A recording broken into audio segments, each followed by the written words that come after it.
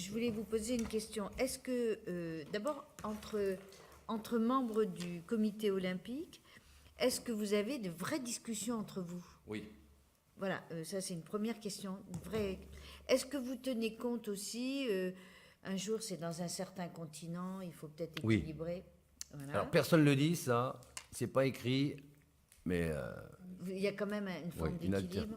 l'alternance des continents. Vous nous avez dit aussi que le sportif anglais dont j'ai oublié le nom, Sébastien Coe. voilà, ça avait été extrêmement important. Oui. Mais il n'y a pas des sportifs aussi sympathiques, qui a de l'empathie, ou les gens ont de l'empathie pour lui, il a de l'empathie pour les gens qui sait parler, etc. Tous les pays n'ont pas un sportif comme ça. Et pourtant, il y en a bien qui ont quand même les Jeux Olympiques. Donc, alors, dernière question, est-ce que à chaque fois qu'on a perdu, il y a eu une évaluation, voilà, on a perdu, quelles sont les erreurs, essayons de ne pas les refaire. Parce que... Oui, j'ai pas compris. Merci. Sébastien Coe, bon, ça a été Londres, parce que Londres a livré une... En fait, c'est pas Londres qui a gagné, c'est nous qui avons perdu.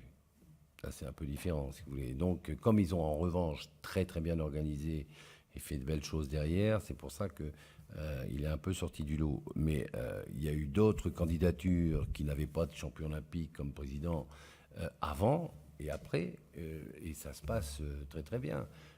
Pour le Brésil, pour Rio, c'était Carlos Tuxman, qui est membre du CIO, mais qui n'a rien...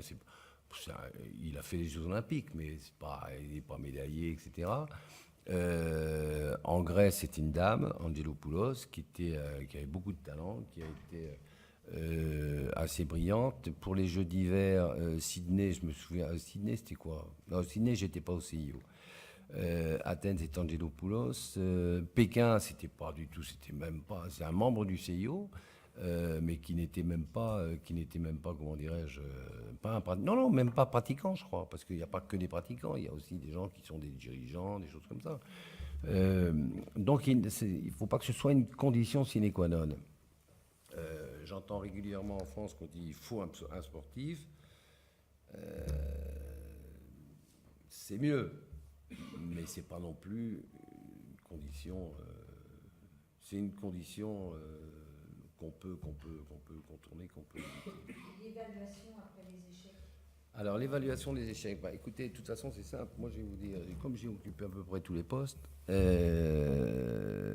j'étais pour 2018, aussi pour les Jeux de 2018, c'est-à-dire la candidature d'Annecy. Chantal Joanneau m'avait demandé de l'aider. Elle m'a dit, est-ce que tu peux m'aider sur les relations internationales et tout, etc. Bon, je dis, écoute, si tu veux, pas de problème. Donc on avait monté une petite cellule. J'avais d'ailleurs squatté 3 ou 4 bureaux au ministère de France. Et il y a un moment, je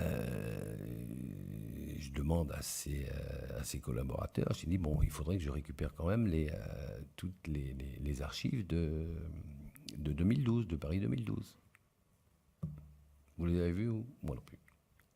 J'ai été ministre. J'étais dans le bureau du ministre, ou presque, là. Donc elles sont quelque part, elles sont un peu partout. Elles sont un peu au Racing parce que Danet était influent. Elles sont un peu Boudillon, c'est. À mon avis, de Randager, on a casse-croûté pas mal. Il y en a quelques-unes au ministère, mais il n'y a pas eu de 2008 et 2012. Il n'y a pas eu de suite, de vraie suite, en disant voilà ce qu'on a fait, d'études, etc., etc. Il n'y a même pas eu une réunion de bilan qui a été menée. Non, là, on a été complètement nuls. C'est nul. Vous avez le droit de le dire. Moi, monsieur le ministre.